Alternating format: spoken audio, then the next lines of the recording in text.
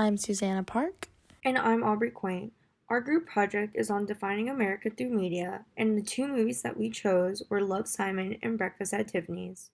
In both films, there are different stylistic choices that make up the values and the depictions of America that we see as a result of the movies and the way they're produced.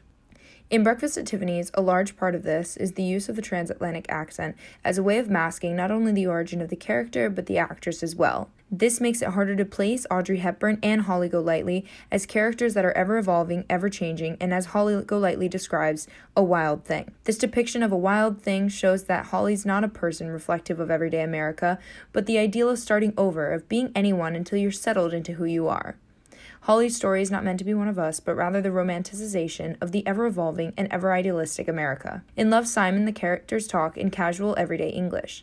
This depiction of the way they speak and interact is similar and easily recognizable to us by their own everyday life. The interactions and common use of everyday words clearly show how English is relatable to the everyday teen, and the point of this is to show a genuine view of America today. The way that the characters are relatable is used to depict a purely recognizable picture in the world around us. The picture shows how, through everyday life, through the way people seem like they have everything together, there are underlying stories. Another factor that greatly affects the way these different depictions are revealed is the clarity of the storyline. In Breakfast at Tiffany's, it is unclear the extent to which the audience understands how much time has passed. This is to say that the relationship between Holly and Paul, the one of the main focuses of the story, is not grounded in needed specific context. This is important because it amplifies the point of an idealistic story, one that is not designed to connect directly with the audience rather than with the idea it represents.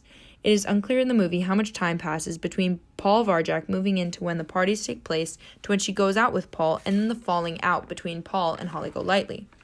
All of this is important for keeping the focus of the story on the love story between Holly and Paul while separating it from a realistic American view. Meanwhile, in Love, Simon, the timeline is perfectly crafted to show a relatable and realistic story where the emphasis lies in how genuine the story is in America right now. The movie implements the start of school, the holidays such as Halloween and Christmas, and the winter carnival as markers for the realistic story. Here, the goal and depiction is of an everyday story, one that could be anywhere in anyone, and the reality of knowing that it's supposed to show that our America today is filled with people still seeking acceptance and love for who they are, rather than trying to conform and adapt into whoever they think they should and want to be. In the movies Love, Simon and Breakfast at Tiffany's, we see many differences, many pertaining to who each of the main characters are and what characteristics make them that way. First, Simon is a high school student living in Atlanta, Georgia with his family. Holly Golightly, on the other hand, is a young adult living completely on her own in a New York apartment. This in itself illustrates the different places each character is in their lives and maturity. With maturity, we see that Simon seems to be new to dating. The movie Love, Simon focuses on his pursuing of one character, Blue, who serves as the main love interest for Simon. As for Holly, we see that she's had multiple relationships before and is involved in multiple during the film, and that she's even been married before.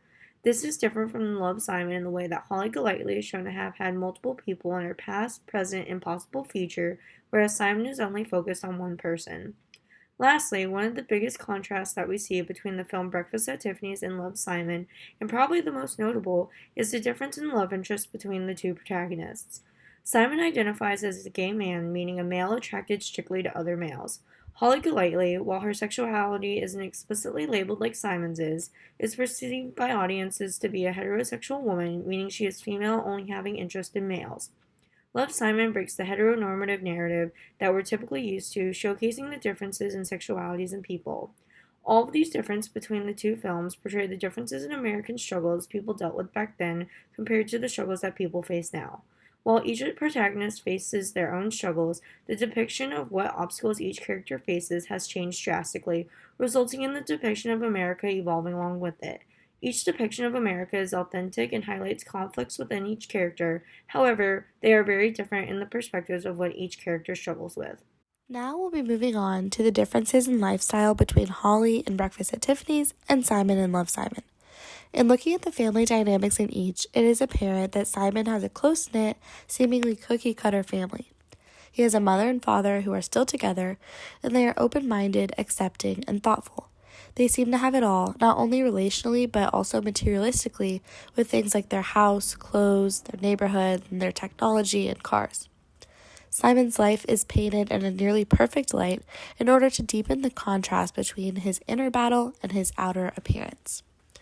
In Breakfast at Tiffany's, Holly speaks in vague terms about her brother at the beginning of the film, and the audience learns more about him as time passes. When Doc, her ex-husband, comes to town, a lot of information about Holly is divulged, most importantly that she was married when she was 14 and had a very different past than the life she is currently living. This gives the audience insight into why Holly is against commitment and why she lives so lavishly and chaotically in the present time.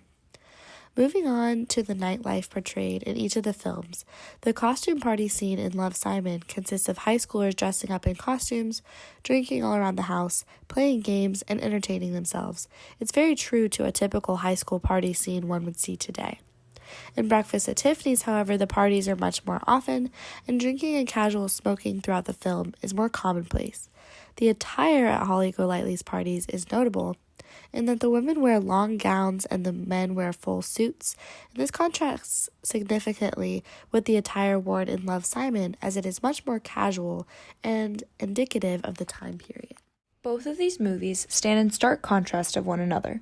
Breakfast at Tiffany's shows a person picking and choosing their place in the world, while Love, Simon shows the struggle of someone wanting to be loved and accepted for the place they know they're in.